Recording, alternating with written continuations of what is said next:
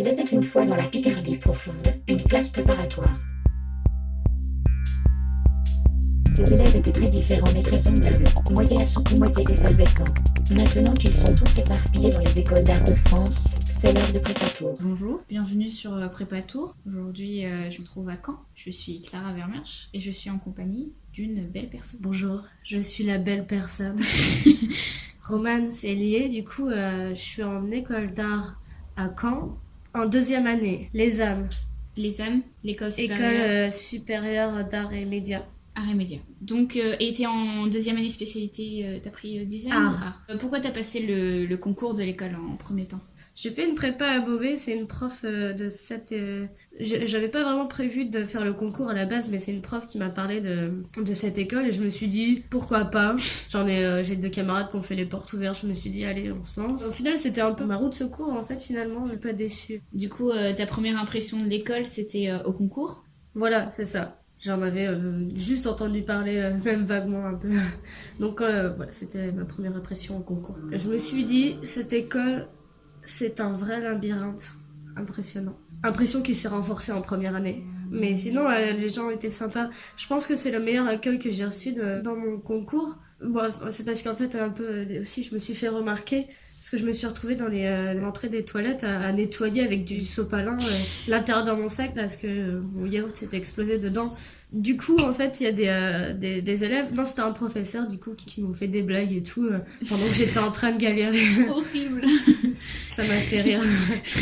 Du coup, l'ambiance générale de l'école que t'as dû retrouver à la rentrée, genre, pas forcément l'ambiance de concours, mais vraiment l'ambiance de première année, t'en as pensé quoi? Bah du coup en fait ils ont pas fait des efforts juste pour le concours, l'ambiance générale est vraiment très bonne. Tout le monde se dit bonjour, c'est comme dans un petit village en fait, même si tu connais pas personnellement la personne, tu la connais au moins de vue. Et au final tout le monde est très avenant et... Parce que tu sais combien il y a d'élèves en tout dans l'école? Je crois qu'il y en a moins de 300. Ok. Donc, c'est pas beaucoup. Tu penses quoi des horaires, du rythme de travail de l'école? Eh ben, ça dépend si on a cours ou pas. Quand on a cours, en général, on arrive pour 9h. Il y a le cours qui se déroule et ça finit à 18h. Après, il y a aussi le temps de travail perso et souvent on a des journées de travail perso. Donc là, on a pas mal de liberté à propos de ça. Enfin, on n'est pas obligé d'arriver à telle heure précise, mais c'est toi qui gères ton temps. Si t'as des trucs à faire, t'arrives tôt et si ça va, tu peux te permettre. Mais on sait bien en général d'être là tôt. Je trouve que c'est déjà pas mal d'avoir une bonne journée de cours et après, enfin, c'est vrai que souvent après on travaille le soir en plus et bon ben voilà.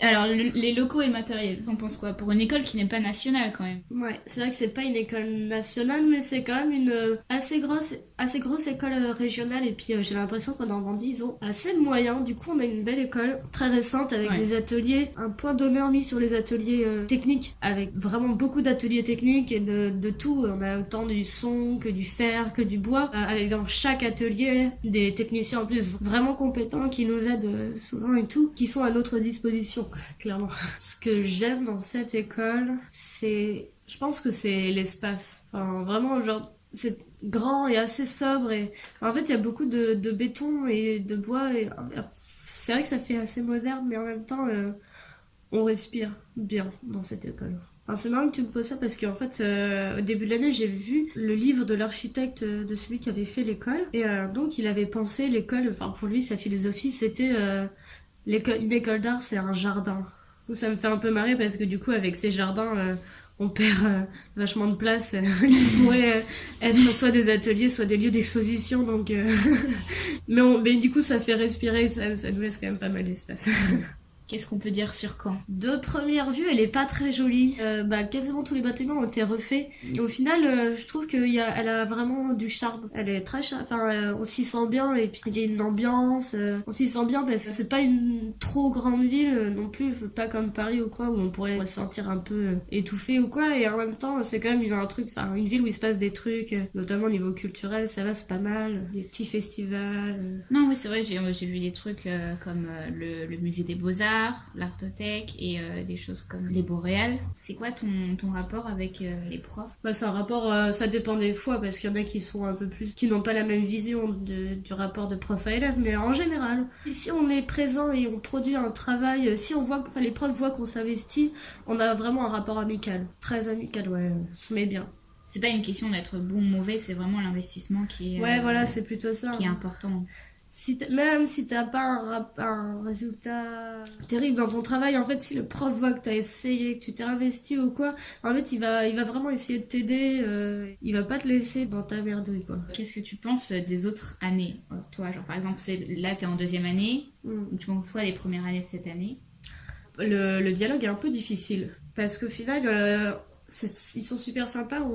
Quand il y a l'occasion de leur parler, c'est super, mais après, on n'a pas les ateliers trop dans les mêmes endroits, etc. Donc quand on les croise, c'est souvent en coup de vent, etc. Mais du coup, l'école...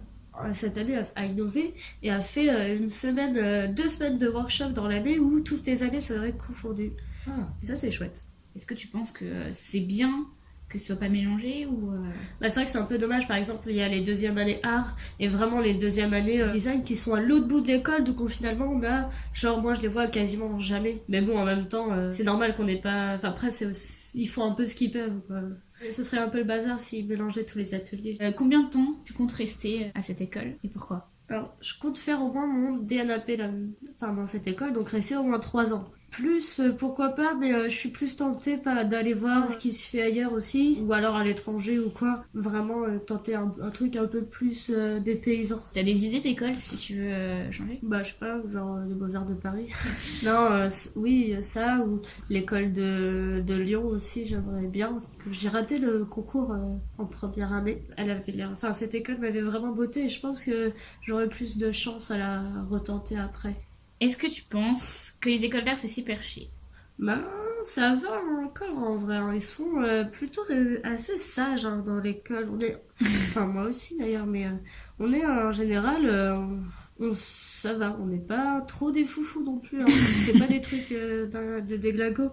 Après, c'est sûr que c'est plutôt les événements qui se passent dans l'école. Genre, par exemple, je pense pas qu'en école de commerce.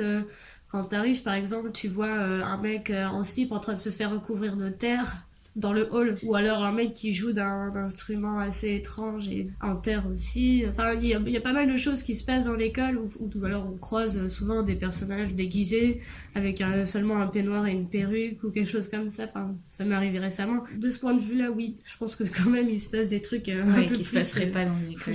Et tu réponds quoi aux gens qui pensent que être artiste c'est pas un vrai métier? Bah, je pense que, c'est pas méchant quand il dit ça. C'est plus comme quelqu'un qui se dit, ouais, ça va faire un film, ça doit pas être si compliqué que ça, parce qu'il se rend pas compte de tous les aspects techniques et financiers qu'il y a derrière. C'est un peu pareil pour un artiste, en fait, je pense que je me rends pas compte encore. Tout ce qu'il peut y avoir derrière, en fait, c'est vraiment, au fur et à mesure qu'on comprend que c'est quand même bien un métier. Oui. À temps plein. Vraiment. C'est pas une lubie passagère. C'est pas un hobby, ouais, c'est pas un loisir. Tu fais pas ce qui te passe par la tête quand tu veux, où tu veux. Vraiment, quand tu rencontres des artistes professionnels, tu te rends compte que déjà qu'ils ont pas mal de contraintes et que finalement, ceux que j'ai rencontrés, ça va, ils s'en sortent bien quand même. Comment tu achètes ton matériel? À Coloris. À quoi? Coloris, c'est un magasin. Un magasin de fourniture d'art. Et pourquoi tu vas là-bas du coup? C'est une recommandation? Parce que c'est là où c'est le moins cher et où il y a le plus de choses en art. Mais ça coûte toujours assez cher. Ouais. C'est un problème de gérer le budget des affaires. C'est surtout pour y aller en fait, comme c'est un peu excentré de la ville et que moi je suis en vélo, c'est compliqué. C'est les fournitures en art, c'est un vrai problème, mais en même temps, je pense que si on veut devenir artiste, ça fera ça toute notre vie, donc avec. On essaye de se débrouiller au mieux et de choper les meilleurs plans, c'est tout. Après, il y a l'école qui nous aide aussi, qui nous fournit certains matériaux qu'on paye quand même. Les gros monoïnes aussi, c'est pareil. Genre le bois, la terre ou quoi. Mais c'est quelque chose qui, du coup, n'existait pas à la prépa? Non. C'est-à-dire qu'en prépa, on ne payait pas notre terre. Non. On ne payait pas nos feuilles. On avait 500 feuilles. Qu'est-ce que tu en penses du fait de ce système de paiement? Au final, c'est peut-être pas plus mal. Parce que moi, ça nous oblige à réfléchir à qu'est-ce qu'on va utiliser, pourquoi. Enfin, c'est des trucs qui reviendront sûrement après, si on se dirige vers une carrière d'artiste. Du coup, c'est assez important. Et au final, après, les techniciens, on arrive toujours à s'arranger avec eux. Ils sont vraiment à la cool. C'est ça, genre tu fais de la récup, tu prends des chutes, des bazars et ça passe bien. Faut aussi penser que là on a quand même des locaux, des ateliers et tout, que si on entre dans une vie d'artiste on devra aussi louer, etc. Après, comparé à la prépa, on a quand même beaucoup plus de possibilités et de moyens. Il y a des clichés qui circulent beaucoup sur les gens en école d'art. qui savent pas compter jusqu'à 10, c'est-à-dire que tout ce qui est scientifique, ça va aller leur passer au-dessus. Ou alors encore que pour juste entrer dans une école d'art, il suffit d'avoir des cheveux colorés et un fringue un peu bizarre. Tu peux essayer de passer les concours comme ça, mais je pense que tu te feras salement recaler. Il y a même moins de chances que tu te fasses prendre en ayant justement des cheveux colorés et tout. Enfin, c'est vrai que c'est un peu étrange, je sais pas si c'est bien ou pas, mais non, en fait, c'est assez fou en plus. D'ailleurs, les gens en école d'art, c'est presque des princesses. Mais c'est vrai qu'ils aiment bien s'habiller un peu follement et tout, mais bon, c'est parce qu'on aime bien les formes et les couleurs et qu'on aime bien aussi que ça soit sur notre apparence. Au final... pas très grave, je pense. Et puis en plus, ça dépend aussi des personnes. Si tu choisis de faire tes amis comme ça, mais il y en a qui le font en école d'art, du coup c'est pas grave. Ce qui est un peu énervant, c'est que des fois, tout le monde n'est pas toujours très gentil. Et puis, en fait, ça me dérangerait pas trop, mais des fois, il y en a qui sont assez méprisants et hautains. Ça peut arriver en école d'art. On a juste envie de leur casser les rotules, mais... casser les rotules. Sinon, on les croise pas trop souvent, donc ça va encore. C'est pas parce qu'ils ont les cheveux roses qu'ils sont pas sympas. C'est pas parce que t'as les cheveux roses que t'es artiste non plus, quoi. Oui, aussi. Et oui, il y avait aussi, ils savent pas compter, ils sont nuls en maths et tout. Est-ce que t'es d'accord? Moi, personnellement, j'ai des grosses lacunes, mais vraiment, par contre, c'est un handicap dans ma pratique artistique, vraiment. Par exemple, pour tout ce qui est, je sais pas, tout ce qui relève un peu de l'architecture et tout, il faut savoir compter, quoi. C'est pas mon cas, c'est compliqué. Et parce que, en fait, moi, je sors d'un bac L, donc vraiment cliché littéraire, mais finalement, j'ai croisé pas mal de personnes qui sortaient de bac S ou S. Est-ce que toi aussi? Oui, c'est ça qui est bien que je trouve en école d'art, c'est que c'est assez diversifié. Les gens viennent d'un peu partout. Ouais. C'est bien. Et même quelque part au concours, c'est même mis en avant. Ils cherchent vraiment la diversité dans les écoles d'art, de plus en plus, et du coup, c'est pas rare qu'ils prennent des gens qui ont fait même mathématiques ou quoi, si c'est pertinent par rapport à leur travail aussi. Merci. C'est bon? Ouais, on est arrivé à la fin là. D'accord. T'as encore des trucs à dire? Non, c'est bon. C'était intéressant, merci. Merci à toi, Romane.